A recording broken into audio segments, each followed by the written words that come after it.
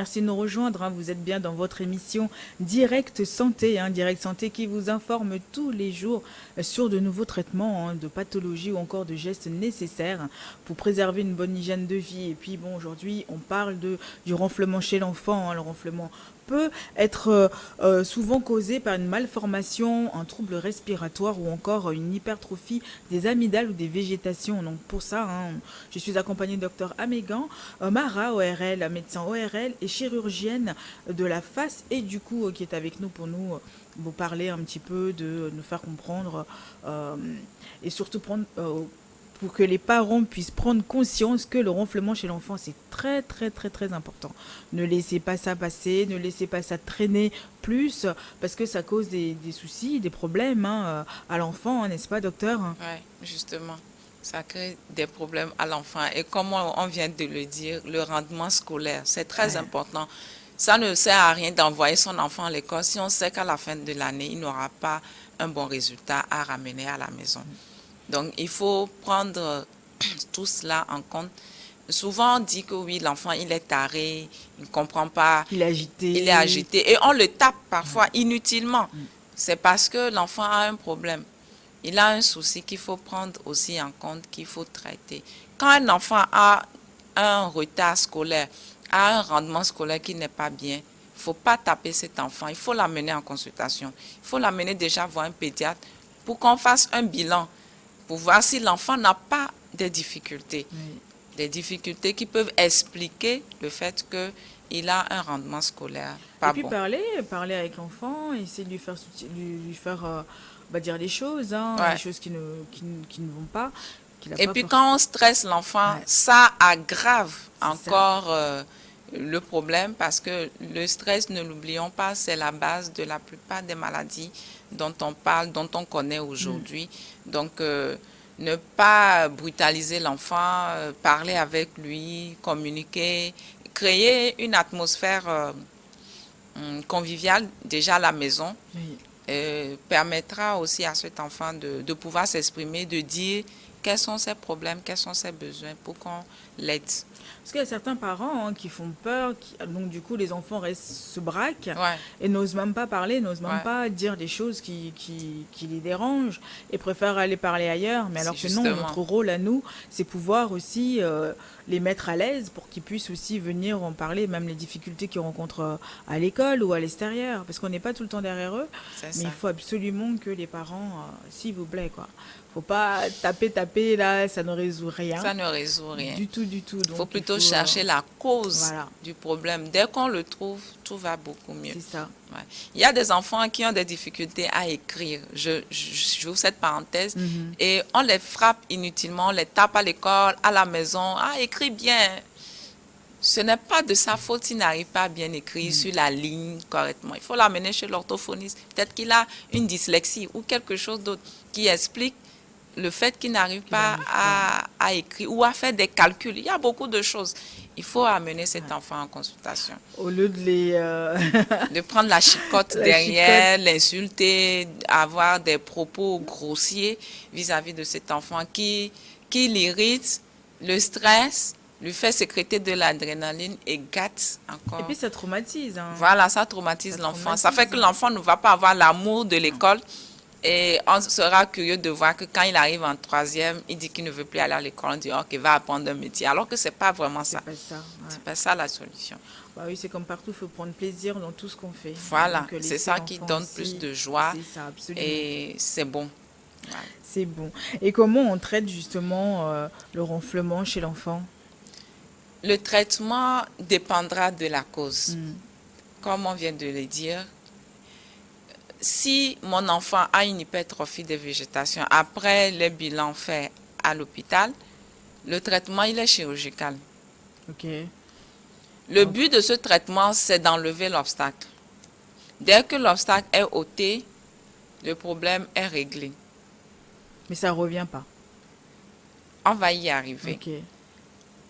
On peut également faire un traitement médical, médicamenteux, Hmm. pour ces mêmes ronflements-là. S'il y a une hypertrophie des végétations, on peut également faire un traitement médicamenteux. Tout dépend de la cause. Si c'est une allergie qui est à la base de cette hypertrophie, quand on prend en charge le facteur allergène, généralement, ça va beaucoup mieux. On a un calme, on a une paix. Mais quand l'enfant a des apnées du sommeil, il fait des pauses respiratoires, il a des végétations, il a des amygdales qui sont hypertrophiées, je ne vois pas pourquoi il faut attendre un traitement médicamenteux qui va prendre peut-être 6 mois avant d'agir, que d'agir sur le champ en opérant cet enfant et lui libérant les voies aériennes supérieures. Donc, on retirait les végétations, les végétations et les amygdales. Voilà, on les retire et ça va beaucoup mieux. C'est vrai qu'on prend certaines précautions. Il faut que l'enfant ait au moins 4 ans avant de pouvoir enlever les amygdales palatines. Oui. Mais les végétations peuvent déjà être enlevées à partir de 1 an. Et ça n'agit pas sur... Il n'y a pas d'autres conséquences après. L'enfant peut... Les amygdales, c'est tout un anneau, c'est une chaîne. Oui. Voilà, il y en a au total 5. Enlever 2 sur les 5, on n'a pas encore vraiment touché au système immunitaire à ce point. Donc, le développement de l'enfant n'aura pas trop de soucis. Donc, on peut en retirer une petite quantité et laisser Voilà. Et ça arrive qu'on retire la totalité? Généralement, pas toutes les 5 amygdales, oui, mais celles qui posent problème, on les retire en entier. Parce que quand tout n'est pas enlevé, le risque de récidive est là. D'accord. Voilà, ça peut revenir. Donc, il faut tout enlever. Et les végétations, on peut aussi? Oui, les végétations, il faut les enlever en entier. Sinon, après 5 ans, après 6 ans, vous allez recevoir ce même enfant pour le même problème. Pour le même problème. Voilà. Bah, oui. Donc, quand on fait la chirurgie, c'est une ablation totale des amygdales palatines et des amygdales pharyngées. Palatine, ça se trouve où? Là. Et les autres? C'est derrière les fosses nasales. Okay. Les végétations, c'est ça encore les amygdales pharyngées. Ok, d'accord. Oui, bon. Où ça se trouve parce que... Hein D'accord. Donc ça va arriver, hein, le métier de médecine. Oui. Maintenant, si c'est une obésité qui est à la cause du ronflement de l'enfant, on ne va pas opérer cet enfant. On va lui placer un appareil. Oui, pour pouvoir... Déjà, en agissant sur son poids, par un régime diététique convenable, en l'aidant à faire de l'exercice physique, etc., pour amener son poids à la normale. Et on lui place l'appareil qui permettra au moins d'éviter qu'il fasse des pauses respiratoires, qu'il respire normalement et qu'il ait un sommeil équilibré. Généralement, si le sommeil est bon, le poids aussi va commencer par suivre avec les mesures diététiques qui vont avec. S'il y a aussi des malformations, c'est pareil. S'il y a des chirurgies esthétiques qui peuvent être faites, c'est bon. Dans le cas contraire, on peut toujours appareiller aussi ces enfants. Donc oui, il y a des solutions. Il y a des solutions, oui. Justement. Bon, là, c'est 2 petites questions de nos téléspectateurs pour vous, docteur. Madame Noélie, qui dit que son enfant respire toujours par la bouche en dormant. Et c'est des ronflements, des sifflements accompagnés de ronflements. Est-ce que c'est grave? Pardon, je peux vous relire la question. Mon enfant respire toujours par la bouche en dormant et accompagné de ronflements. Est-ce que c'est grave? Oui. Comme on vient de le dire, je pense qu'elle a la réponse à sa question. C'est grave. Un enfant doit dormir bouche fermée. La bouche n'est pas faite pour respirer. Elle peut servir de respiration pour un temps, mais pas pour longtemps. Voilà, ça peut être pour une situation d'urgence. Oui, on peut ouvrir la bouche et prendre quelques bouffées d'oxygène, mais ce n'est pas fait pour respirer. Parce que quand un enfant ouvre la bouche pour respirer, à la longue, il y a une déformation dentofaciale. Vous allez voir des enfants qui ont un prognatisme, c'est-à-dire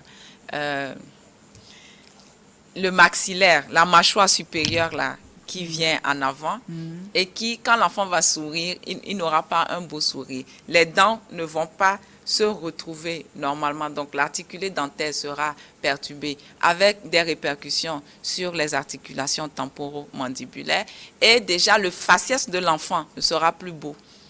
L'enfant que vous avez mis au monde, très joli, etc., il va grandir avec une déformation faciale. À Et il ne cause de, sera- à cause de la à cause respiration par la bouche. voilà, de la respiration par la bouche. Ah oui, on apprend les Donc, choses. Hein. C'est pas bon ce du n'est tout. pas simple ou bénin de Ouais. un enfant qui ouvre la bouche pour respirer. Il vaut mieux ôter l'obstacle et ramener les choses à la normale. Généralement, quand on opère ces enfants, 2-3 séances de rééducation pour leur réapprendre à respirer par le nez et non par la bouche. Parce que quand ils ont gardé l'habitude longtemps, c'est difficile pour eux, sur le champ en même temps, de fermer la bouche, de respirer par le nez. Donc, on doit leur faire une rééducation dans ce sens. Monsieur Rodolphe qui dit que son fils de 6 ans ronfle avec un sifflement aigu. Est-ce que c'est normal? Ouais, c'est pareil, c'est la même chose. Donc, il ronfle, ça veut dire qu'il y a un obstacle. L'enfant a 6 ans, sûrement qu'il doit avoir un obstacle. Et le sifflement, ça vient d'où ça? Ça, quand ça siffle, il faut voir s'il n'y a pas une crise d'asthme qui s'associe. Ce sera bien de faire la part entre les deux. Voilà. Est-ce que c'est un sifflement de forme asthmatique ou c'est juste le fait que le passage de l'air produit ce sifflement? Il faudrait qu'on fasse la part des choses. Donc, ce sera bien que cet enfant aille en consultation ORL. Bah écoutez, j'espère qu'on a répondu à vos questions. Surtout, pour les deux personnes, allez-y, allez consulter. Surtout, il n'y a que ça. Parce que nous, on pose des questions, mais il faut emmener l'enfant. Ouais, il faut amener l'enfant pour qu'on l'examine. Voilà, pour qu'on puisse voir exactement où se trouve le problème. Donc voilà, j'espère que vous avez tout entendu, hein, vous aussi. Si vous avez des inquiétudes, des questions à nous poser, n'hésitez surtout pas. Hein, notre numéro WhatsApp est à votre disposition. Le plus 228 79 84 27 52. Hein, je répète, le plus 228 79 84 27 52. Nos réseaux sociaux sont aussi à votre disposition. Vous pouvez retrouver l'intégralité de cette émission et des autres émissions sur notre compte YouTube Direct Santé via la page de New World TV. Docteur, est-ce qu'il existe aussi là on parle de médicaments, on parle de chirurgie, mais est-ce qu'il y a des remèdes naturels pour arrêter les ronflements, par exemple? Cette question me fait sourire. Un remède naturel pour un ronflement chez un enfant, vraiment, je ne sais pas. Ouais. Peut-être chez l'adulte, oui, on peut faire certaines choses, mais est-ce que chez l'enfant, ça marche? Vu que la première des causes, c'est les hypertrophies des végétations, un remède naturel pour ça, ce sera l'idéal d'enlever les végétations. Bon, maintenant, de petits conseils, oui, avant peut-être d'amener l'enfant en consultation, il faut éviter qu'il dorme sur le dos, qu'il se mette sur le côté. Il faut faire un lavage nasal systématique. Quand le nez est encombré, bouché, il faut laver. Voilà, avec du sérum physiologique, du sérum salé. Vous-même, vous pouvez faire les préparations. Si vous avez le flacon pulvérisateur, vous pouvez le préparer vous-même à la maison. Dans le cas contraire, vous pouvez en trouver en pharmacie. Voilà, vous payez et on fait un bon lavage pour désobstruer les fosses nasales. Et puis éviter certains aliments trop glacés, trop frais, surtout si l'enfant a un terrain allergique qui va potentialiser les facteurs allergènes. Éviter le ventilateur, voilà, parce qu'il y a certains enfants pour qui ils ne vont pas vous le dire directement, mais quand ils sont en face du ventilo, ils sont gênés. Voilà. Donc, quand le ventilateur brasse la poussière qui est dans la pièce où l'enfant dort, toute cette poussière rentre dans ses fosses nasales. Il a une hypertrophie des cornées. Cela peut développer des infections à répétition et entraîner une hypertrophie des végétations. Donc, arrêtez le ventilo. Ou soit, si vous ne pouvez pas l'arrêter, faites l'hygiène de votre chambre, l'hygiène du ventilo. Oui, souvent, régulièrement. Et puis, autre chose, c'est le stress. Le stress parental est aussi capital à pouvoir gérer. Quand une maman est enceinte et qu'elle est stressée, ça joue beaucoup sur l'enfant qui va naître. C'est ça. Parce que quand on sécrète l'adrénaline, le cortisol, on les sécrète. Ce n'est pas seulement sur notre corps, mais ça va également à l'enfant. Vous allez être curieux de mettre au monde un enfant qui a une immunité qui n'est pas correcte. Parce que les allergies surviennent quand il y a un trouble de l'immunité généralement. Un trouble de l'immunité qui rend votre organisme sensible aux germes, sensible aux allergènes. Donc, toutes les mamans qui sont enceintes, de grâce, soyez toujours joyeuses, souriez, rendez votre vie la plus rose possible. Les situations conflictuelles, stressantes, elles seront toujours là. Mais c'est votre réaction face à ces situations qui feront la différence. Comme le dit un proverbe, un cœur joyeux est un bon remède. Mais un esprit abattu dessèche les eaux. Quand ça va dessécher vos os, ça va dessécher tout votre corps. Donc, faites beaucoup attention quand vous êtes enceinte. Ayez un style de vie sain. Oui, ça vous permettra de mettre au monde un enfant aussi sain. Quand vous créez cette atmosphère saine autour de vous, tout ira beaucoup mieux. Tout ira beaucoup mieux. Puis la dernière petite question, on ronfle plus sur le dos quand on est couché sur le dos ou sur le côté? Sur le dos. On ronfle plus comme ça? Parce que sur le dos, tout est relâché. Alors que sur le côté, tu libères facilement les voies aériennes quand on est en position latérale de sécurité. Les ronfleurs ont changé de position. Changer de position, peut-être que ça va aller un peu mieux. Hein? Et puis n'hésitez surtout pas à les consulter. Hein. Franchement, docteur, ça c'est très important. Les gens préfèrent envoyer des questions ou laisser les choses traîner voilà. Et puis à la fin, c'est d'autres soucis, quoi. Et c'est plus grave encore. Ouais, c'est grave. Donc il faut absolument, allez-y, n'hésitez surtout pas. Et puis autre chose, il ne faut pas avoir peur de la chirurgie. Ça, c'est une autre chose que je voulais souligner sur cette antenne. Souvent, quand les parents viennent en consultation et on dit, le problème de votre enfant nécessite une intervention chirurgicale, les parents refusent que, si c'est l'opération, jamais. Ouais. Mais vous n'imaginez pas ce que l'opération peut donner comme bien à votre enfant. Et le mal que l'enfant a aujourd'hui, vous ne savez pas quelles peuvent être les conséquences demain. C'est à vous de bien poser le pour et le contre. Au lieu d'avoir une position braquée, il faut analyser, poser les avantages, les inconvénients et prendre des décisions sensées. Parce qu'aujourd'hui, c'est vous qui décidez pour votre enfant. Il faut prendre des décisions sensées. J'ai eu une fille que j'ai opérée, je ne dirais plus, elle n'est plus une fille, elle est une jeune dame aujourd'hui, à 20 ans, qui ronflait depuis son enfance parce que ses parents avaient refusé qu'on opère cette dernière. Et elle a grandi avec, et c'est devenu une honte pour elle parce que quand elle parle, quand elle est avec vous, vous entendez sa respiration, tout le monde lui pose des questions, mais qu'est-ce que tu as? Pourquoi tu respires comme ça? Et quand elle dort un peu, oh là là. Donc c'est à l'âge de 20 ans qu'elle a décidé elle-même qu'on l'opère. Donc vous imaginez toutes ces années-là qu'elle aurait pu bien profiter de sa jeunesse, de son enfance. Bon, bref. On arrive à la fin de l'émission, malheureusement, le temps est un peu court, mais bon, on n'a pas le choix. Un grand merci à vous, docteur. Et puis, j'espère qu'on aura d'autres aventures à faire ensemble. Donc, c'est le but. Merci à Clésso Aristide à la régie. Et puis, un grand merci à vous tous qui nous suivez tous les jours dans cette émission Direct Santé. On se retrouve demain.